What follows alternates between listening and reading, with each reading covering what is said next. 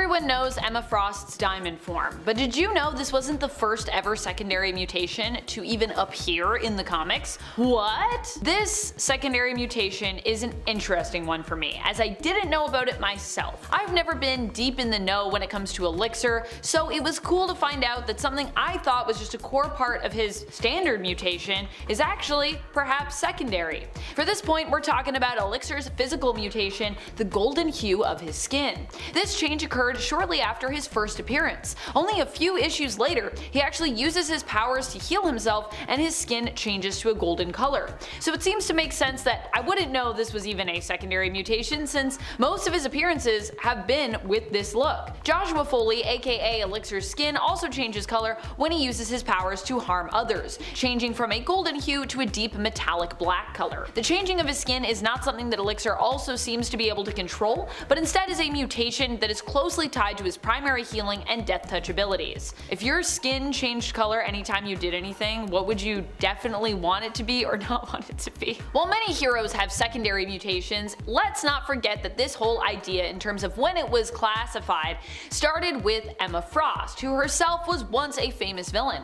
Likewise, there have been other villains who have also gained a secondary mutation, but who simply aren't as well known. Enter Black Tom Cassidy, a classic mutant villain, and if you aren't familiar with him, you should be. He's pretty cool. His secondary mutation has changed somewhat throughout his history. It's been described as giving him the upgraded ability to channel his bioblast through his fists, as opposed to needing wood to channel said blast, which is what he originally had, giving him his own plant form, and giving him the power to manipulate plants and wood around him. Like many others on our list, Black Tom actually got this sort of secondary mutation from being mortally wounded, but yeah, it's changed a lot throughout the years in terms of exactly how it works or what it does. It feels weird to include Beast also on this list, but when I think about most people I know who love the X-Men, they usually always think of Beast as being default blue.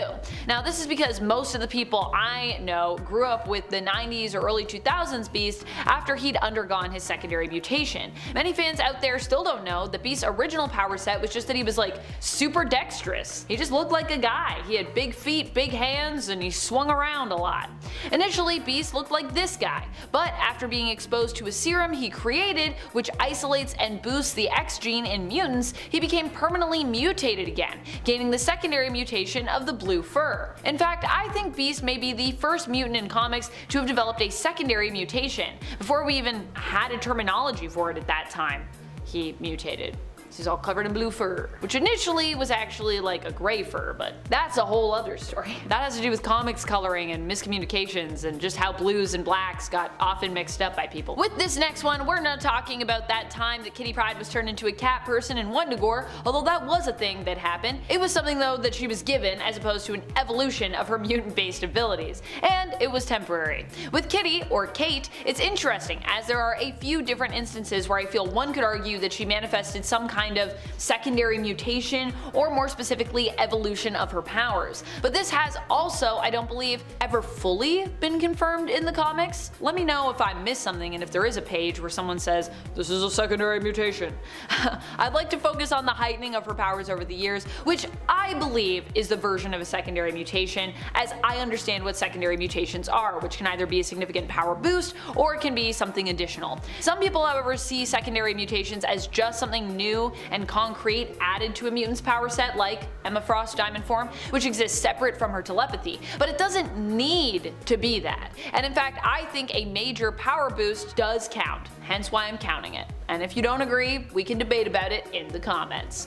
Like when Kitty stopped needing to hold her breath while intangible, or when she was merged with the Black Vortex, becoming all-powerful, but then after giving up the Black Vortex's power, discovered that she had unlocked a new level of power through that, so after using it, it was kind of like an additional mutation.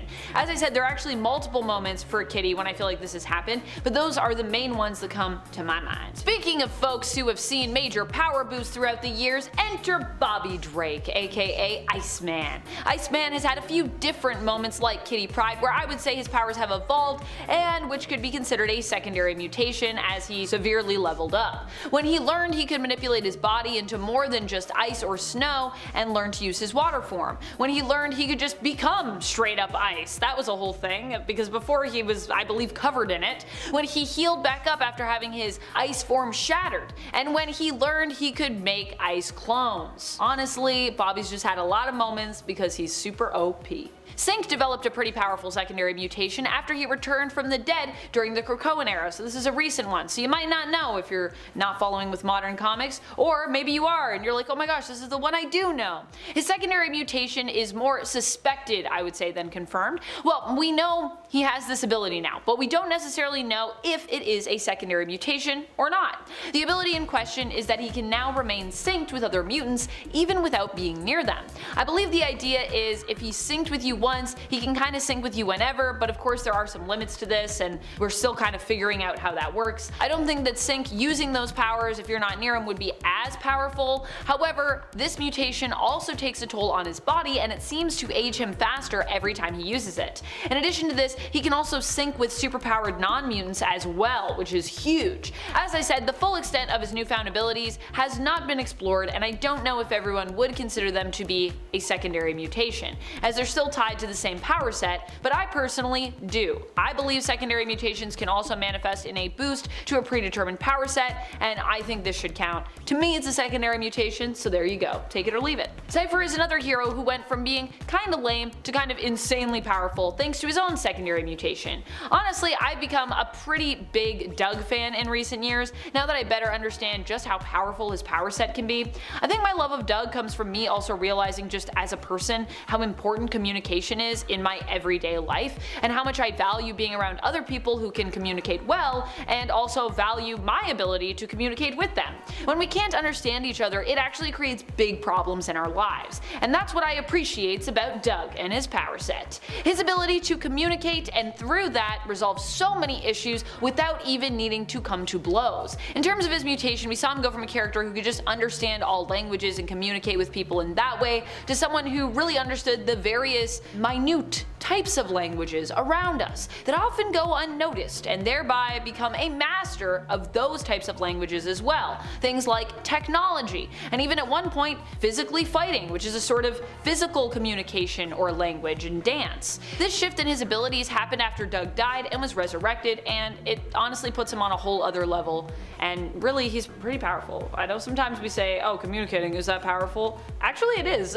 I always forget about Kid Omega's secondary mutation because it just very rarely comes up in the comics anymore. Probably because Quentin Quire no longer finds it interesting, at least that's the canon reason that we were given for this. Though I personally think it sounds super interesting, and I am surprised that he is bored of it. However, this is Quentin, so maybe I shouldn't be so surprised. He is often unimpressed by some of the coolest stuff, or at least he presents himself this way often. Kid Omega's secondary mutation here is a non-corporeal form, which when accessed also speeds up his consciousness and allows him as a telepath to reach out and connect with all sentient beings. He can think at the speed of light while in this form, but then again, even when Quire isn't in it, he is known for being one of the fastest thinkers and one of the smartest psionics on the planet. Maybe that's why he was like, it's alright. I become like whatever, I don't have a physical form, but like, I'm pretty cool even when I have a physical form. Said to be the daughter of Unis the Untouchable, one of the earliest X-Men villains, Carmela's mutant power set is similar to her father's. However, at one point her powers evolved even beyond her own control. This seems to be a result of being exposed to Mother Vine, which triggered a secondary mutation in her. This mutation would cause her energy field to overcharge the more she used it, making it more devastating in terms of the damage it did to the people and technology around her. And if you aren't familiar with Unis the Untouchable, his main thing was that you couldn't touch him because he had a field around him that made it impossible to touch him. But this is also a field that blasts out in Carmela's case as well. What was worse, she had no control really over the power of her energy field, and she also suffered as a result thanks to overcharge resulting in a backlash. So when it happened, she would also be in pain as well. So she'd be causing pain to others and then also be like, ow. I mean, I know she's like a villain normally, but still, sucks, you know? That would suck, whether you're a villain or not. Something about people being in near-death experiences that seemingly allows them to evolve out of survival. Masque is another one of those mutants, and Masque was inherently more of a villain in the comics, and also a Morlock. However, being a Morlock wasn't what made him evil, because Morlocks are not inherently evil. evil. What made him evil was his outlook on life. His mutant powers allowed him to alter the appearance of others, basically turning him into one of the world's most powerful plastic surgeons. But at the same time, Masque was considered himself to be hideous, hence why he hid in the underground tunnels of New York with the Morlocks and usually led them. And his powers did not work on his own physical appearance. That is, until he was killed by Shatterstar. To survive, he had to move his organs around, and this actually unlocked the power within him to manipulate his own appearance. For a while, he actually used his powers to appear as Marilyn Monroe, no I'm not kidding, while leading the Morlocks. Although now Masque has seemingly gotten over his obsession with beauty and chooses to mostly appear just as he is. A friendly reminder to love yourself, friends. Take a page out of Masque's book. Actually, at least I think that's what happened to him. I don't know, I haven't read every single Masque issue, so. But if there isn't a Masque issue where he realizes, you know what, maybe I should love myself as I am, there should be one. And if there isn't, Marvel, if you need someone to write it, I'll write it for you. The Blob, or Frederick Dukes, is one of those characters. Now I really didn't give the Blob enough credit when I was growing up, and he can actually do some pretty cool things, and some things that didn't even occur to me. His actual main mutant ability, for example, is that he can essentially become immovable by creating a monodirectional increase of gravity beneath him that extends about 5 feet in radius from his center of balance. But what's even cooler is that, with some training, Blob was able to manipulate his gravitational aura outwards in order to trigger a localized implosion. Also, the Blob is incredibly durable. The fat on the Blob is able to absorb the impact of rifle bullets, cannonballs, bazookas, and even torpedoes. He has been able to survive being hit by a meteorite that was 50 feet in diameter moving at terminal velocity, but that's not all. Blob is also able to manipulate his body, basically shapeshifting to a degree. After undergoing the Mothervine enhancement process, Blob developed a secondary mutation, liquid form. Now not actually, but his secondary mutation allowed him to stretch his body to a great extent, and the problem is the mutation was hard to control, so when he first ever manifested it, he stretched himself too far and basically turned into a puddle. Next up is Gambit, and Gambit has the really cool mutant ability of molecular acceleration, allowing him to convert the potential energy of a non-living object through touch and kinetically excite the molecules to the point that they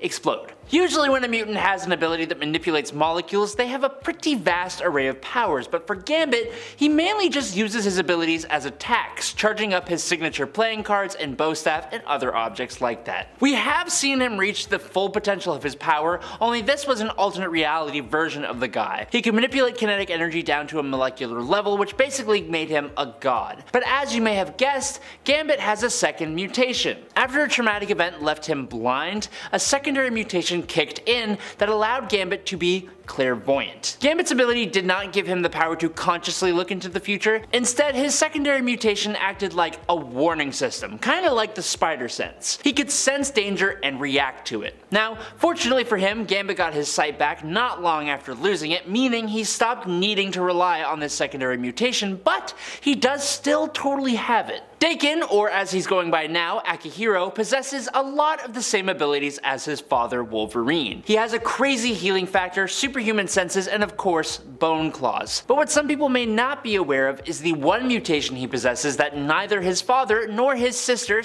/ clone possesses. That power would be pheromone control. Daken has empathic pherokinetic abilities that allow him to use his pheromones to manipulate the emotional state and sensory perception of others. He has used this ability to instill intense fear, happiness, depression, fascination, and a false sense of security in others. The false sense of security one is probably the most interesting, as it's allowed him to sneak up on others without them even worrying that he could be there. He also has used this ability to alter others' depth perception and vision, making them fight sluggishly. He can also control his own pheromones to make him basically untrackable, even to someone like Wolverine. There are limits to Daken's pherokinesis, but it's such a cool ability. If you have seen the movie Logan, then you'll recognize Caliban as the blind, seemingly albino mutant who hangs out with Logan and Professor X. In that movie, he displays Caliban's main ability, which is being able to detect mutants' X genes, usually within a 25-mile radius. Although,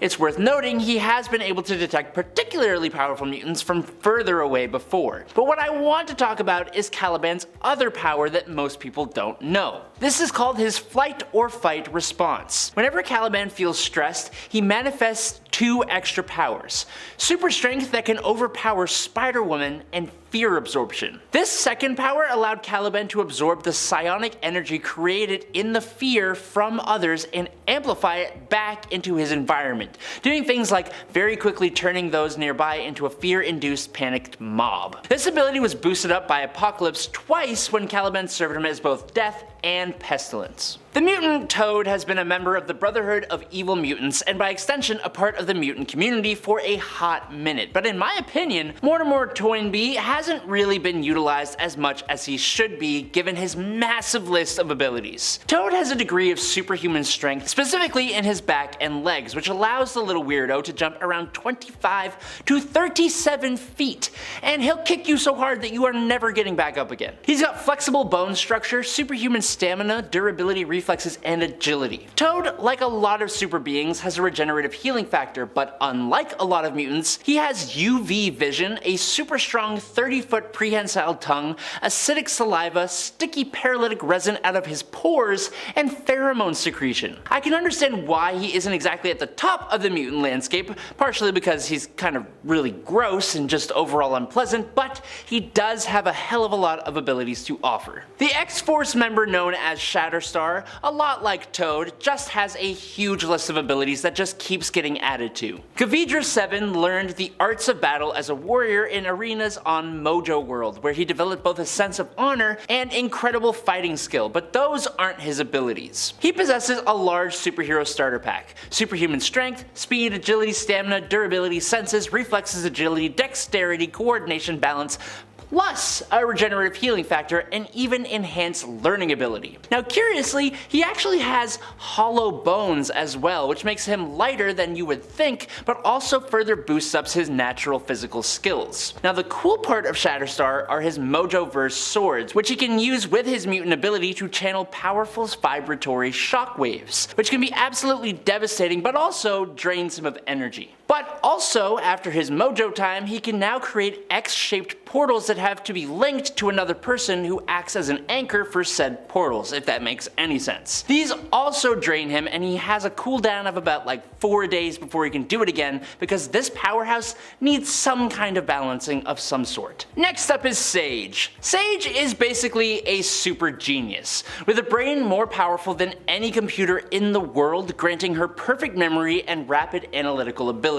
She can come up with the perfect plan in an instant, learn just about any skill without having to practice, remember everything she's ever experienced, perform multiple tasks at once by allocating a partition of her brain to each task, and, thanks to training with Professor X, she can engage in telepathy. Her telepathic abilities allow her to detect minds and read them, project thoughts, astral projection, cast realistic mental illusions, and she even has a kind of psionic defense unique to her called her firewall. But it doesn't even stop there, as Sage even has some biokinetic abilities as well, including reading another mutant or person's genetic code and DNA, being able to literally see who someone's related to, jump-starting latent or enhancing current mutant abilities, and she has complete control over her physical body, being able to expel nanobots from her body by controlling her immune system, almost like highly advanced antivirus. She needs more time in the spotlight, that's all I'm saying. Next up is Wolfsbane. Rain Sinclair has the mutant ability that I kinda wish I had when I was a wee little lad. She can turn herself into a wolf at will, and can even go into a transitional form that is basically as close to a werewolf without being a werewolf as you can get. In fact, she is basically a werewolf, but with none of the drawbacks of being that kind of monster. She retains all her faculties minus not being able to talk and just being a little tiny bit feral,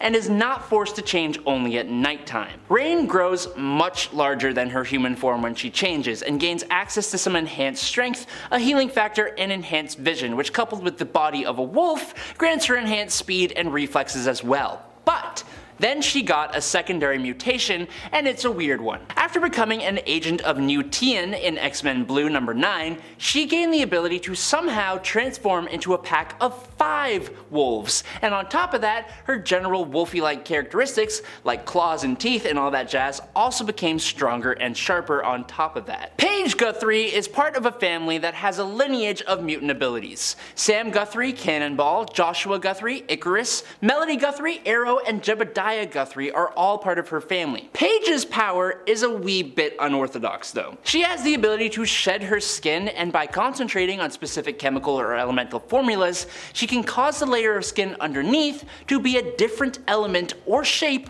or state. With that power, she's been able to have skin made of metal, diamond, granite, wood, rubber, glass, and one time she even managed to basically turn into a lizard, which should be a secondary ability all by its own. Husk has always had troubles with her powers, such as not being able to morph multiple times without intense pain. However, in Generation X, it got a little bit worse when Paige started suffering from dramatic mood swings and patchwork morphs. It was then revealed later that her secondary mutation also causes her to change personalities every time she morphs, and that can cause her to act out or even black out. And last but not least, as the daughter of Magneto, Polaris actually has pretty much exactly the same abilities as him. She can control and manipulate magnetic fields, allowing her to create force fields, fly on the Earth's magnetic field, emit magnetic concussive pulses that can overload and short circuit electrical systems, and so much more. But there was a very short period of time where she gained a power we have never seen from her father. When the villainess Zaladane stripped Lorna of her powers, leaving her completely vulnerable, the jolt of losing said powers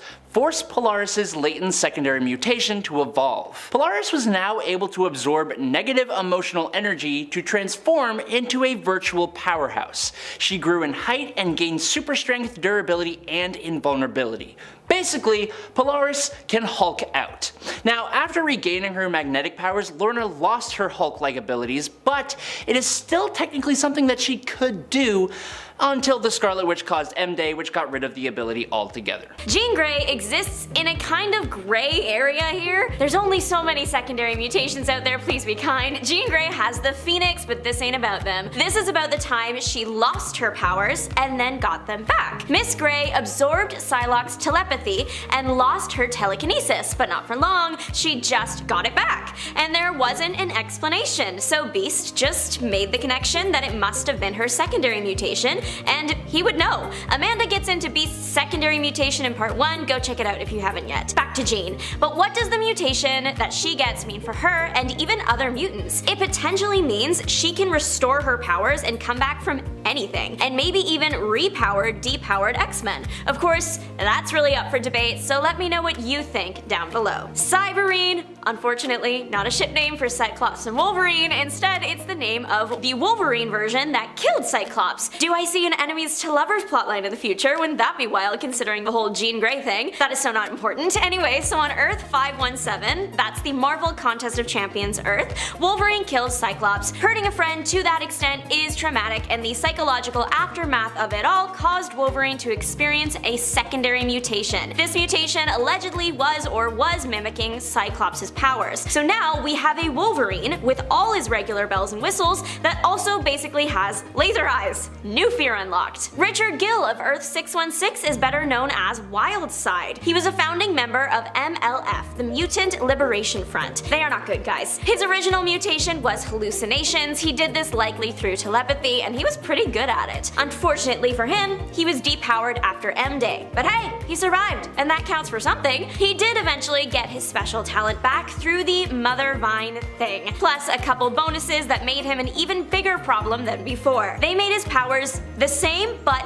better. Instead of just hallucinations in the head, they were also kind of physical. As long as Wildside is conscious to keep it running, you're basically in a fever dream that feels super real and you can feel pain in. But if you knock him out, you're good. Black King, not to be confused with Black Tom from part 1, Black King is a billionaire, genius, energy absorption secondary mutanist. He develops a secondary mutation. That's the point. Sebastian Shaw's original special skill is the energy absorption thing. He can use the absorbed kinetic energy to make himself stronger, faster, and just basically enhance himself. This makes him hard to beat. Many heroes are known for their ability to pack a punch, so what do when the better the punch you give, the better the enemy gets? Mental stuff! The secondary mutation comes when Sebastian underwent the Mothervine enhancement process. The bonus he gets is that now he doesn't even need to get punched to absorb the kinetic energy. He can just absorb what's around him. Good for him, bad for everybody else. He also develops concussion blasts. The energy he absorbs can be like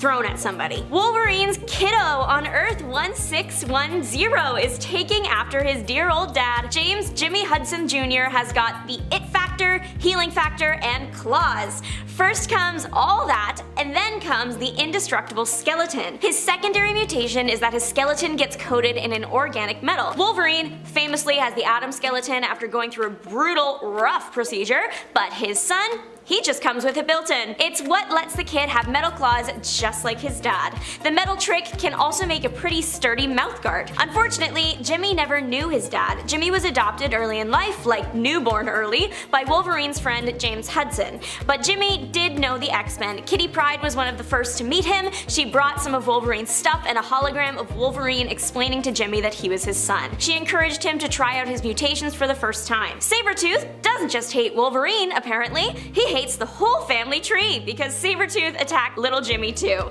Well, he was a teen at the time, so he wasn't that little. Some parents pass down family rings and some enemies for life. If you are trying to find Jimmy online, you might see the alias Poison attached to it. Well, one horrible day, the Poison Hive invaded Earth 1610. One invaded Jimmy. Long story short, most of the poisons end up eliminated, but lucky for Jimmy, not the one in him. That one dubs itself just Poison and walks the earth in Jimmy's body. They are not on the same side at first, they are each fighting for control of the body, but eventually their physical form is threatened. They have to put aside their differences to survive and agree to work together to escape. Eventually they head off together to figure out how to co-inhabit one body, and all of this happened in the Ultimate Universe. Sharon Ginsberg is like the Elle Woods and Batwoman of the Marvel Universe. Let me explain. She is a mutant, but her civilian job is being a lawyer. Lawyer by day, bat-winged mutant by night. Or whenever she needs her wings. She is made for flying, her bones are lighter, and she is smaller than the average person. Her wings are massive, like at least a 15-foot wingspan, but because this is Marvel and everything is possible, she can easily hide the wings. The wings are her whole identity in terms of mutanthood, so losing those wings,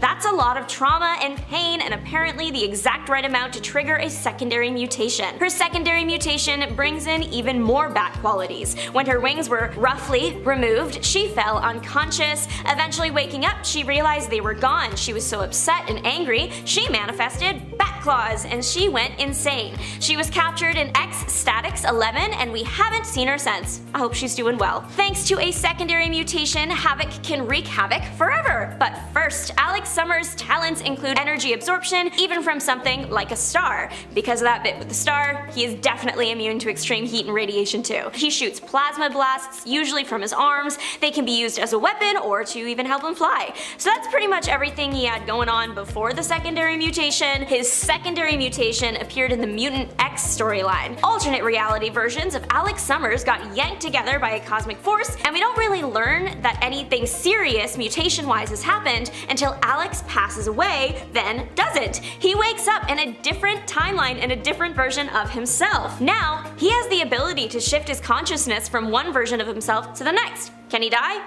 Maybe. Being a host for the nexus of all realities is what caused this. You've heard of Mother Earth. Get ready for Nature Girl. She does go by a few names, and I was not prepared for one of them. Her civilian name is Lin Lee, but her other mutant name is Armageddon Girl. That's a 180 from Nature Girl. It is fitting though, because she did do a 180. She started out as a hero. She attended the School for Gifted Youngsters, named the Jean Grey School for Higher Learning at the time. It had been established that she could control or influence nature and animals. Make birds carry her, plants fight for her, that kind of stuff. She goes off the rails and joins the bad guys. Bad for everyone else, but good for her because she discovers her secondary mutation. She not only has a connection to all things in nature and can influence them, she can draw power from them to make herself more powerful. The power she is drawing though is basically the thing's life force, so she usually ends up killing whatever it is that she's drawing from. Right around one of the last times we saw her in the X-Men Unlimited Infinity comic is when she started going by the name Armageddon Girl. Pietro and Wanda are probably the most, maybe, famous mutants, it's a whole thing with them, of the Marvel Universe, but there's another set of definitely mutant power twins that deserve some attention too.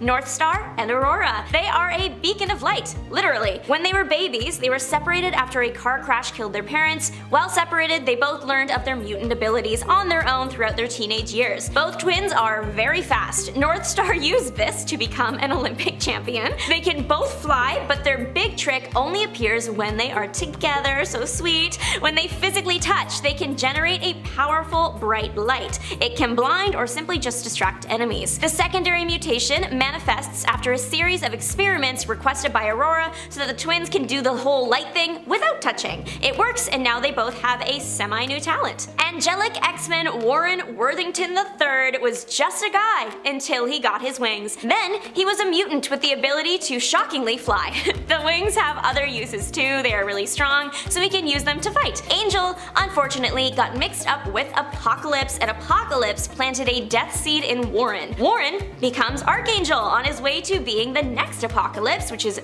very bad thing. He doesn't get there though, good news. What he does get is healing blood. Kind of. Warren himself gets an accelerated healing factor, but if you were to get a blood transfusion from him, that blood is supercharged with the healing powers. We see this happen in Uncanny X-Men 420. I'll take a wild guess and say that he's got the universal blood type. He also got blue skin. He used to be just a guy. Look at him now.